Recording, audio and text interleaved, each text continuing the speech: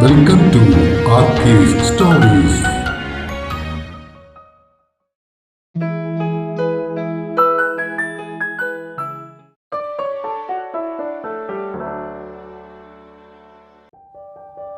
ഇനിയും ഈ വഴിയെ 46.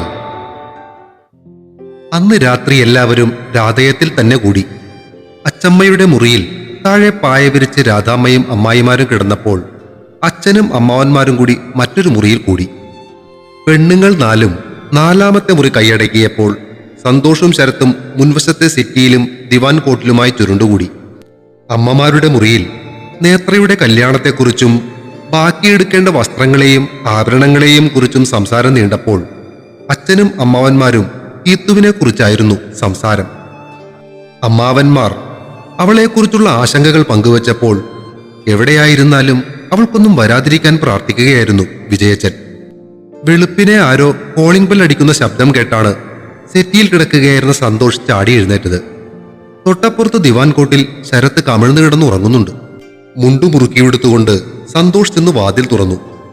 വരുമെന്നു പറഞ്ഞിരുന്ന ദിവസം ആയിട്ടില്ലായിരുന്നത് കൊണ്ട് തന്നെ തൊട്ടുമുന്നിൽ വിനയനെ കണ്ടപ്പോൾ സന്തോഷം അമ്പരന്നു. ഗുഡ് മോർണിംഗ് അളിയ, ഉറക്കമായിരുന്നോ? സന്തോഷിന്റെ തോളത്തൊന്നു തട്ടി ചോദിച്ചുകൊണ്ട് വിനയൻ അകത്തേക്ക് കടന്നു. വെളുപ്പാം കാലത്തെ വിനയനെ അവിടെ കണ്ടതിന്റെ അമ്പരപ്പിൽ മിഴിഞ്ഞു നിൽക്കുകയായിരുന്ന സന്തോഷിനെ നോക്കി അവൻ ചിരിച്ചു. അളിയനെന്താ ഇത് ആദ്യമായി കാണും പോലെ നോക്കുന്നേ? അല്ലടാവേ, അടുത്ത ആഴ്ച വരാനേ പറ്റത്തുള്ളൂന്ന് നീ തന്നെയല്ലേ പറഞ്ഞത്? അതങ്ങനെ വിചാരിച്ചിരുന്നത്.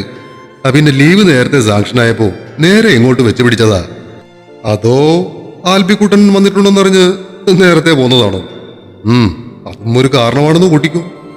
എന്തേ, എല്ലാം എഴുന്നേറ്റില്ലേ? എന്റെടാവേ, നേരം വെളുത്തു വരുന്നതേ ഉള്ളൂ.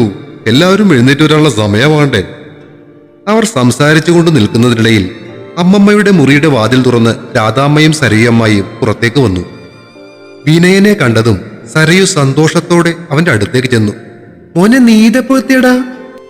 വന്ന് കയറിയതേ ഉള്ളൂ അമ്മ. ഇന്നലെ രാത്രി നിങ്ങളെല്ലാവരും ഇവിടെയാ കിടന്നതെന്ന് നേത്ര മെസ്സേജ് അയച്ചായിരുന്നു. അതാ ഞാൻ നേരെ ഇങ്ങോട്ട് വന്നത്. അമ്മമ്മ എഴുന്നേറ്റില്ലേ? ബെല്ലിന്റെ ശബ്ദം കേട്ടപ്പോൾ എഴുന്നേറ്റിട്ടുണ്ട്. ബാത്റൂമിൽ കയറിയേക്കുവാ. അപ്പോഴേക്കും വിജയച്ചനും അമ്മാവന്മാരും ഇറങ്ങി വന്നു. വിനയനെ കണ്ടതും അവരും അവനോട് വിശേഷങ്ങൾ തിരക്കാൻ തുടങ്ങി. ആ ബഹളം കേട്ട് ശരത്തും ദിവാൻ കോട്ടിൽ നിന്നും കോട്ടുവായിട്ടുകൊണ്ട് എഴുന്നേറ്റു. നീ എന്തായാലും വന്ന വഴി നിൽക്കാണ്ട് പോയൊന്ന് ഫ്രഷ് ആയിട്ട് വാ. അച്ഛൻ പറഞ്ഞത് കേട്ട് അവനൊന്നും മടിച്ചു നിന്നു. വിശ്വ, അവന് നമ്മുടെ ആൽബിക്കുട്ടനെ കാണാനുള്ള തിടുക്കമാണെന്ന് തോന്നുന്നു. വിജയച്ചൻ പറഞ്ഞത് എല്ലാവരിലും ചിരി പടർത്തി. എടാ, പിള്ളേരെല്ലാം കൂടി ആ മഹിയുടെ കൂടെ അവന്റെ മുറിയിലാ ഇന്നലെ കിടന്നത്. അവരെഴുന്നേറ്റ് വരുമ്പോ വൈകും. നീ പോയിന്ന് കുളിച്ച് റെഡിയാകൂ. അപ്പോഴേക്കും എല്ലാവരും എഴുന്നേക്കും. വിശ്വൻ പറഞ്ഞത് കേട്ട് വിനയൻ തല കുലുക്കിക്കൊണ്ട് അച്ഛന്മാർ കിടന്നിരുന്ന മുറിയിലേക്ക് നടന്നു. കുളി കഴിഞ്ഞ് വിനയൻ എത്തിയപ്പോഴേക്കും മഹിയും പിള്ളേരും ഒഴികെ ബാക്കിയുള്ളവരെല്ലാം എഴുന്നേറ്റിട്ടുണ്ടായിരുന്നു. രാധാമ്മയും വിനയന്റെ അമ്മയായ സരയും ലക്ഷ്മിയമ്മായും അക്കൂടെ അനിയും താമിയും അടുക്കളയിൽ പലഹാരങ്ങൾ ഉണ്ടാക്കുന്ന തിരക്കിലായിരുന്നു. അച്ഛന്മാരൊക്കെ കൂടി കുളിക്കാനും മറ്റുമായി ആമ്പലിന്റെ വീട്ടിലേക്കും പോയി.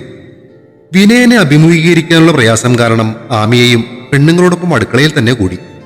ആമ്പലും നേത്രയും മാത്രം വിനയൻ പുറത്തേക്ക് വന്നതോടെ അവന്റെ അടുത്ത് പോയി ഇരിപ്പായി. കുളി കഴിഞ്ഞ് എത്തിയപ്പോഴും അവന്റെ നോട്ടം മുകളിലേക്കാണെന്ന് കണ്ട നേത്ര പറഞ്ഞു, ഏട്ടനിങ്ങനെ വെറുതെ ഏന്തി വലിഞ്ഞ് പെടലി കളയണ്ട, ഞാൻ പോയി അവനെ വിളിച്ചുകൊണ്ട് വരാം. അവൾ അതും പറഞ്ഞ് മുകളിലേക്ക് ഓടി കയറി. പെണ്ണെ, പതുക്കെ, ഒരാഴ്ച കൂടി കഴിഞ്ഞ കെട്ടിച്ചു വിടേണ്ട പെണ്ണ, ഓട്ടം കണ്ടില്ലേ? അടുക്കളയിൽ നിന്നും വന്ന സരയു അവളെ വഴക്കു പറഞ്ഞു. നേത്ര പടികളുടെ ഇടയ്ക്ക് വെച്ച് തിരിഞ്ഞു നിന്ന് അമ്മയെ നോക്കി നാക്കു നീട്ടി. അമ്മായി, ഈ കല്യാണം കഴിഞ്ഞെന്നും വെച്ചേ അവളെന്തിനാ മാറുന്നേ? കെട്ട് കഴിഞ്ഞാലുടനെ പുതിയൊരു മൂശയിലിട്ട് വാർത്തെടുക്കാൻ കളിമണ്ണ് കൊണ്ടല്ല ഞങ്ങളെ ഉണ്ടാക്കിയേക്കുന്നേ. ആമ്പൽ അമ്മായിയെ നോക്കി കണ്ണുരുട്ടി. അത് കലക്കി. അടുക്കളയിൽ നിന്നും വന്ന അനി അത് ഏറ്റെടുത്തു. ആമ്പലിന്റെ അഭിപ്രായം കേട്ട കലിപ്പിൽ അമ്മായി പറഞ്ഞു, അതെ, നീ നിന്റെ അച്ഛനോടും അമ്മാവനോടും കൂടി ഒന്ന് പറഞ്ഞ് മനസ്സിലാക്കി കൊടുക്കുക കേട്ടോ. അത് ചീറ്റി. പുറകെ എത്തിയ താമിയുടെ പ്രതികരണം കേട്ടുകൊണ്ടാണ് സന്തോഷും ശരത്തും അങ്ങോട്ടേക്ക് വന്നത്. എന്താ ഇവിടെ ഒരു ബളഹം? ശരത്ത് ചോദിച്ചു. പൊന്നുമോന്റെ ഇന്നലത്തെ കെട്ടുവിട്ടില്ലേ? വാക്കുകളൊക്കെ തലതിരിഞ്ഞാണല്ലോ വായിന്ന് പോരുന്നേ. താമി അവന്റെ കിറുക്കിട്ട് കുത്തി ചോദിക്കുന്നതിനിടയിൽ അനി പറഞ്ഞു, നിങ്ങളൊക്കെ തന്നെയാ പ്രശ്നം. വിവാഹം കഴിഞ്ഞ ഉടനെ പെൺകുട്ടികളെ സ്വന്തം ഇഷ്ടപ്രകാരം രൂപവും ഭാവവും സ്വഭാവവും ഒക്കെ മാറ്റിയെടുക്കാൻ ശ്രമിക്കുന്ന മൂരാച്ചികൾ. ആര്? ഈ ഞങ്ങളോ? ഇരട്ടകളെ പോലെ സന്തോഷവും ശരത്തും ഒത്തൊരുമയോടെ ആശ്ചര്യപ്പെട്ടു. പിന്നല്ലാതെ അവർക്കുള്ള മറുപടിയും ഒരേ സ്വരത്തിലായിരുന്നു. ആണാണെന്നും പറഞ്ഞ് തല ഉയർത്തിപ്പിടിച്ച് നടക്കുന്നേയുള്ളൂ. നിങ്ങളൊന്ന് കാതോർത്ത് നോക്കണം. ഞങ്ങൾ നടക്കുമ്പോൾ ഒരു ചങ്ങലയുടെ കിലുക്കം കേൾക്കുന്നില്ലേ? കാലുകൾ രണ്ടും ഇളക്കി കാട്ടിക്കൊണ്ട് സന്തോഷ് തുടർന്നു. ചങ്ങലയിലാണ് ജീവിതം, പ്രിയമുള്ളവരെ. സന്തോഷ് പറയുന്നതിനിടയിൽ അടുക്കളയിൽ നിന്നും രാധാമ്മയും ലക്ഷ്മിയമ്മായിയും അവരോടൊപ്പം മാമിയെയും ഡൈനിങ് ഹാളിലേക്ക് വന്നു. എല്ലാവരും ചിരിച്ചപ്പോൾ സന്തോഷ് മൂക്കുപിഴിഞ്ഞു. അവരുടെ ചിരി കണ്ടപ്പോൾ അവന്റെ ആവേശം കൂടി. ഈ ചങ്ങല ഒരു നാൾ ഞങ്ങൾ പൊട്ടിച്ചെറിയും. ഇങ്ങ വാ പൊട്ടിച്ചെറിയാൻ. അനി പിറുപിറുത്തത് ആമ്പൽ മാത്രമേ കേട്ടുള്ളൂ. ദേ നോക്കട കുട്ടാ നിന്റെ അച്ഛൻ. പടിക്കെട്ടുകൾക്ക് മുകളിൽ നിന്നും നേത്രയുടെ ശബ്ദം കേട്ട് എല്ലാവരുടെയും നോട്ടം അങ്ങോട്ടേക്കായി. മഹിയും നേത്രയും കൂടി പിള്ളേരെയും എഴുന്നേൽപ്പിച്ച് താഴേക്ക് വരികയാണ്. കണ്ണുതിരുമ്മി വരുന്ന ആൽബിക്കുട്ടന്റെ നോട്ടം തന്റെ നേർക്കാണെന്ന് കണ്ടതും വിനയൻ കസേരയിൽ നിന്നും എഴുന്നേറ്റ് പടികൾക്ക് താഴെയായി ചെന്നു നിന്നു. അത് കണ്ടതും അടുക്കള വാതിലിനടുത്തായി ചുമരിൽ ചാരി നിൽക്കുന്ന അമ്മയിലേക്ക് ആൽബിക്കുട്ടന്റെ നോട്ടം പോയി. അവിടെ ചിരിയാണെന്ന് കണ്ട അവൻ മടിച്ചു നിൽക്കാതെ അച്ഛന്റെ അടുത്തേക്ക് ചെന്നു. വിനയൻ അവനെ വാരിയെടുത്ത് ഉമ്മകൾ കൊണ്ട് മൂടി. വാ, അച്ഛൻ മോനു വേണ്ടി കുറേ ടോയ്സ് വാങ്ങിക്കൊണ്ടുവന്നിട്ടുണ്ട്. ടോയ്സ് എന്ന് കേട്ടതും മുകളിൽ മഹിയുടെ കൈയും പിടിച്ച് നിൽക്കുകയായിരുന്നു നിളക്കുട്ടിയും ആദിക്കുട്ടനും പരസ്പരം ഒന്ന് നോക്കി. വിനയമ്മാമ ഞാനും ഉണ്ട്. നിളക്കുട്ടി മഹിയുടെ കൈവിടിയിച്ച് പടികളിലൂടെ താഴേക്കിറങ്ങി. ഞാനും. പിന്നാലെ ആദിക്കുട്ടനും. ബാഗ് വെച്ചിരുന്ന മുറിയിലേക്ക് വിനയൻ പിള്ളേരെയും കൊണ്ട് നടന്നപ്പോൾ മാലയിൽ തെരിപ്പിടിച്ചുകൊണ്ട് ആമിയ പടികൾക്ക് മുകളിൽ നിൽക്കുകയായിരുന്ന മഹിയെ നോക്കി. അവളെ ആശ്വസിപ്പിക്കാനെന്നോണം അവൻ കണ്ണുകൾ ചിമ്മിക്കാട്ടി ചിരിച്ചു. അച്ഛൻ്റെ ഇത്ര നാളും മോനെ കാണാൻ വരാഞ്ഞ്. ബാഗ് തുറക്കുകയായിരുന്ന വിനയന്റെ കൈകൾ ആൽബിക്കുട്ടന്റെ ആ ചോദ്യം കേട്ട് ഒരു മാത്രം നിശ്ചലമായി. അച്ഛൻ ഇപ്പോ വന്നല്ലോ. ഇനി ഒരിക്കലും മോനൂട്ടനെ വിട്ട് അച്ഛൻ എങ്ങോട്ടും പോവില്ലട്ടോ. അവന്റെ കവിളിൽ കൊഞ്ചിച്ചുകൊണ്ട് വിനയൻ പറഞ്ഞു. അവൻ സന്തോഷത്തോടെ തലയിളക്കി. അച്ഛ പിന്നുണ്ടല്ലോ, ഇന്ന് മഹിയങ്കള് പറഞ്ഞേ നമുക്ക് സ്വിമ്മിംഗ് പൂളിൽ കുളിക്കാന്ന്. സ്വിമ്മിംഗ് പൂളിലോ? അത് കേട്ട നിളക്കുട്ടി വാ പൊത്തി ചിരിച്ചു. സ്വിമ്മിംഗ് പൂളല്ല മാമ, അത് പാടത്തുള്ള കുലോണ്. ആണോ? കുളത്തിൽ കുളിക്കാൻ കൊണ്ടുപോകാന്ന് മഹിയെങ്കിൽ പറഞ്ഞോ? അവൻ തലയാട്ടി. എന്നാൽ എല്ലാവരും വേഗം ചായ കുടിച്ച് റെഡിയാ കേട്ടോ. നമുക്ക് എല്ലാവർക്കും കൂടി പോകാം.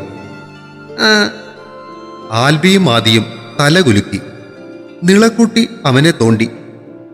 ടോയ്സ്. ഓ മാമ മറന്നുപോയടാ. ചിരിച്ചും കൊണ്ടവൻ ബാഗ് തുറന്ന് കൊണ്ടുവന്നിരുന്ന ടോയ്സ് 3 പേർക്കുമായി വീതിച്ചു നൽകി. അവരതും പൊക്കിപ്പിടിച്ച് പുറത്തേക്ക് ഓടിയപ്പോൾ വിനയൻ എഴുന്നേറ്റ് അവരുടെ പുറകെ ചെന്നു. ചായ കുടിച്ചു കഴിഞ്ഞതും ഭാഗീരഥിയമ്മ വിനയനെ മുറിയിലേക്ക് വിളിപ്പിച്ചു. കട്ടിലിന് മുന്നിൽ കിടന്നിരുന്ന കസേര ചൂണ്ടിക്കാട്ടി അവർ വിനയനോട് പറഞ്ഞു, ഇരിക്കടാ. ആ കസേരയിലേക്ക് ഇരുന്ന ശേഷം വിനയൻ അമ്മമ്മയെ നോക്കി. ആൽബിക്കുട്ടന്റെ കാര്യം സംസാരിക്കാൻ വേണ്ടിയാണ് നിന്നെ ഞാൻ വിളിച്ചത്. കുഞ്ഞിന്റെ കാര്യത്തിൽ എന്താ നിന്റെ തീരുമാനം? അവനെ ജോലിസ്ഥലത്തേക്ക് കൊണ്ടുപോകണമെന്നുണ്ട്. പക്ഷെ ആമി അത് സമ്മതിക്കുമെന്ന് തോന്നുന്നില്ല. മഹിയോട് പറഞ്ഞ് നിനക്ക് അവരുടെ കമ്പനിയിൽ ഒരു ജോലി തരപ്പെടുത്തിയിട്ടുണ്ട്. അങ്ങനെയായ നിനക്ക് അവരോടൊപ്പം ബാംഗ്ലൂര് താമസിച്ചുകൂടെ? ആ പറഞ്ഞതിൽ അത്ര താല്പര്യമില്ലാത്തതുപോലെ വിനയൻ അമ്മമ്മയെ നോക്കി. നിന്റെ നോട്ടത്തിന്റെ അർത്ഥം എനിക്ക് മനസ്സിലായി. പക്ഷെ മോന്റെ കൂടെ താമസിക്കണമെങ്കിൽ ഇതല്ലാതെ നിന്റെ മുന്നിൽ മറ്റു മാർഗമൊന്നുമില്ല. എങ്കിലും അതിലും വേറൊരു കുഴപ്പമുണ്ട്. വിനയൻ മുഖമുയർത്തി നോക്കി. ആ കുട്ടിയുടെ വിവാഹം കഴിഞ്ഞ പിന്നെ നിനക്ക് അവിടെ താമസിക്കാനാകില്ല. അതോടെ എന്നും മോനെ കാണാമെന്നുള്ള നിന്റെ ആഗ്രഹം നടക്കാതെ വരും.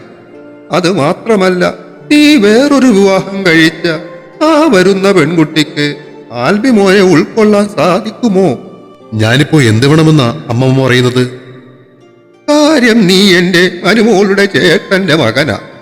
പക്ഷെ നിന്നെയും മഹിയുടെയും ആമ്പലിന്റെയും ഒക്കെ കൂട്ടത്തില് ഞാൻ കൂട്ടിയിട്ടുള്ളൂ. അതുകൊണ്ടാ നിന്റെ കാര്യത്തിൽ ഇത്ര താല്പര്യത്തോടെ ഞാൻ പറയുന്നത്. മനസ്സിലായി. അമ്മമ്മ പറയൂ, ഞാൻ എന്താ ചെയ്യേണ്ടത്? നിനക്ക് ആ കുട്ടിയെ ആമിയെ അങ്ങ് വിവാഹം കഴിച്ചുകൂടെ? ആ ചോദ്യത്തിന് മുന്നിൽ വലിയ ഭാവവ്യത്യാസമൊന്നുമില്ലാതെ അവൻ അല്പനേരത്തേക്ക് നിശബ്ദനായിരുന്നു. അമ്മമ്മേ, വിവാഹം നടന്നിട്ടില്ലെങ്കിലും ഞാൻ അവളുടെ അനിയത്തിയുടെ ഭർത്താവിന്റെ സ്ഥാനം നിൽക്കുന്നവനാ. ഞാൻ ഇനി അവളെ വിവാഹം കഴിക്കുക എന്നൊക്കെ പറഞ്ഞാൽ അത് ശരിയാകില്ല.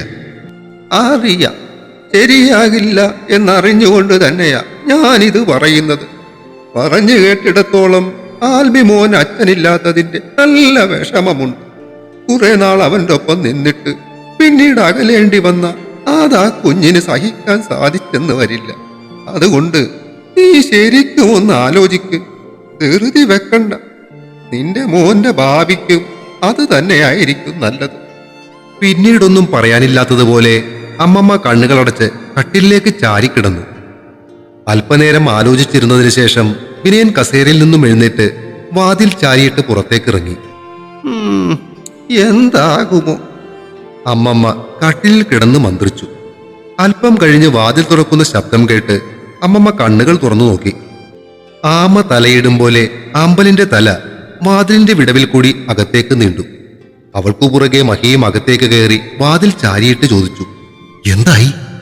ഓ, കത്തിച്ച് കൊടുത്തിട്ടുണ്ട്. ഒട്ടുമോ അത് ചീറ്റുമോ എന്ന് കണ്ടറിയണം. എന്നാ ഞാനൊരു കാര്യം പറയട്ടെ. കഴിഞ്ഞ ജന്മത്തിൽ അമ്മമ്മ ഒരു കല്യാണ ബ്രോക്കറായിരുന്നോ എന്നെനിക്ക് ബലമായ സംശയമുണ്ട്. ഓടാ. പറന്നു വരുന്ന തലയണ കണ്ടതും മഹിയും ആമ്പലും ഒരുമിച്ച് വെളിയിലേക്ക് ചാടി. ചായ കുടിച്ചു കഴിഞ്ഞ ഉടനെ കുളത്തിൽ കുളിക്കാൻ പോകാനായി പിള്ളേര് ബഹളമുണ്ടാക്കാൻ തുടങ്ങി. മഹിയും വിനയനും കൂടി പിള്ളേരെയും കൊണ്ടിറങ്ങിയപ്പോൾ ഒരു പ്രാവശ്യം കുളി കഴിഞ്ഞിരുന്ന സന്തോഷും ശരത്തും അവരോടൊപ്പം ചാടിയിറങ്ങി. ആൽബിക്കുട്ടനെ കുളത്തിൽ കുളിക്കാൻ വിടാനായി ആമയ്ക്കൽപ്പം ഭയമുണ്ടായിരുന്നെങ്കിലും അതത്ര വലിയ കുളമൊന്നുമല്ലെന്ന് ബാക്കിയുള്ളവർ സമാധാനിപ്പിച്ചപ്പോൾ മനസ്സില്ലാ മനസ്സോടെയാണ് അവൾ അവനെ അവരുടെ കൂടെ വിട്ടയച്ചത്. അവർ പോയപ്പോൾ മുതൽ ഇടയ്ക്കിടെ ചെന്ന് മുൻവശത്തെ വാതിലിൽ കൂടി നോക്കുന്നവളെ കണ്ട് ടിവിയിൽ കാർട്ടൂൺ കണ്ടിരിക്കുകയായിരുന്ന ആമ്പൽ പറഞ്ഞു, ചേച്ചി ഇങ്ങനെ വെറുതെ ടെൻഷൻ അടിക്കല്ലേ, അവര് കുളത്തിൽ പോയാൽ തിരികെ വരാൻ സമയമെടുക്കും. അതിനവൾ മറുപടിയൊന്നും പറയാതെ ആമ്പലിനെ നോക്കി ചിരിച്ചതേയുള്ളൂ. 1 മണിക്കൂറായിട്ടും കുളിക്കാൻ പോയവരെ തിരികെ കാണാതെ വന്നതോടെ ആമിയയുടെ പരിഭ്രമം കൂടി. ഇടയ്ക്ക് വാതിൽക്കൽ പോയി നോക്കിക്കൊണ്ടിരുന്നവൾ മുൻവശത്തു നിന്നും മാറാതായതോടെ ആമ്പൽ എഴുന്നേറ്റു. വാ, നമുക്കങ്ങോട്ട് പോകാം. കേൾക്കാൻ കാത്തുനിന്നതുപോലെ ആമിയെ ചാടിയിറങ്ങി. കുളക്കരയിലേക്ക് എത്താറായപ്പോൾ തന്നെ അവർ കുളത്തിൽ നിന്നുള്ള കുട്ടികളുടെ ബഹളവും നീന്തുന്ന ശബ്ദവും കേട്ടു. ചെന്നപ്പോൾ കണ്ടത് ഒരു നീന്തൽ മത്സരമാണ്. സന്തോഷും ശരത്തും വിനയനും കൂടി മത്സരിച്ച് നീന്തുന്നു. കരയോടടുത്ത് അരക്കൊപ്പം വെള്ളത്തിൽ നിന്നുകൊണ്ട് വെള്ളം തെറിപ്പിച്ചും കൂക്കി വിളിച്ചും അവരെ പ്രോത്സാഹിപ്പിക്കുകയാണ് നിളക്കുട്ടിയും ആദിക്കുട്ടനും. ആൽബിക്കുട്ടൻ മഹിയുടെ കൈകളിൽ കമിഴ്ന്നു കിടന്ന് നീന്താൻ പഠിക്കുന്നു. ഇപ്പോ സമാധാനമില്ലേ? ആമ്പൽ ചോദിച്ചു. അതിനും ആമിയ മറുപടിയൊന്നും പറഞ്ഞില്ലെങ്കിലും അവളുടെ മുഖത്തെ സന്തോഷം കണ്ട് ആമ്പലിന് സമാധാനമായി. അതെ, നിങ്ങൾ കരക്കേറാനുള്ള ഭാവമൊന്നുമില്ല പിള്ളേരെ. ആമ്പൽ ശബ്ദമുയർത്തിയപ്പോഴാണ് കുളത്തിലുണ്ടായിരുന്നവർ അവരെ കണ്ടത്. അമ്മ ഞാൻ സ്വിമ്മിങ്. ആമിയയെ കണ്ടതും ആൽബിക്കുട്ടൻ ഉത്സാഹത്തോടെ നീന്താൻ തുടങ്ങി. മതി മതി, എത്ര നേരം ആബി വെള്ളത്തിൽ കിടക്കുന്നേ? കയറാൻ നോക്കി, ഇനി വല്ല പനിയും വന്നാലുണ്ടല്ലോ. ഞങ്ങളുടെ ഈ നാട്ടിൻപുറത്തെ വെള്ളത്തിൽ കുളിച്ചാൽ പനിയൊന്നും വരില്ല ആമിയെ, വേണേൽ ഇറങ്ങി ഒന്ന് കുളിച്ചു നോക്ക്. മഹി ആൽബിക്കുട്ടന് സൈഡ് നിന്നു. പത്തി പഠിക്കുമ്പോ പൊന്നുമോൻ ഒരാഴ്ച പനിച്ചു കിടന്നത് ഓർക്കുന്നുണ്ടോ? 1ാമത് കല്യാണം കൂട്ടി എടുത്തിരിക്കുക. കയറാൻ നോക്കിയേ. ആമ്പലും സ്വരം കടിപ്പിച്ചതോടെ മഹി പിള്ളേരെ ഓരോരുത്തരെയായി കരയിലേക്ക് കയറ്റി നിർത്താൻ തുടങ്ങി. അപ്പോഴേക്കും മത്സരാർത്ഥികളും മത്സരം പൂർത്തിയാക്കി തല തുവർത്താൻ തുടങ്ങിയിരുന്നു. തിരികെ വീട്ടിലേക്ക് നടക്കുമ്പോൾ ഇനി ബാംഗ്ലൂർക്ക് ചെന്നാലും സ്വിമ്മിംഗ് പൂളിൽ നീന്താൻ തനിക്ക് പറ്റുമെന്ന് അമ്മയെ പറഞ്ഞ് ധരിപ്പിക്കുന്ന തിരക്കിലായിരുന്നു ആൽബിക്കുട്ടൻ. ആദിക്കുട്ടനും നിളക്കുട്ടിയും ആരുടെ അച്ഛനാണ് മത്സരത്തിൽ ജയിച്ചതെന്ന തർക്കത്തിലുമായിരുന്നു. തുടരും. ഇനിയും ഈ വഴിയെ അടുത്ത ഭാഗം ഉടൻ പ്രതീക്ഷിക്കുക. സബ്സ്ക്രൈബ് ചെയ്യാൻ മറക്കല്ലേ. അഭിപ്രായങ്ങൾ പറയുന്നതിനൊപ്പം ഷെയറുകളും ലൈക്കുകളും ചെയ്ത് സപ്പോർട്ടുമായി കൂടെ ഉണ്ടാകണേ.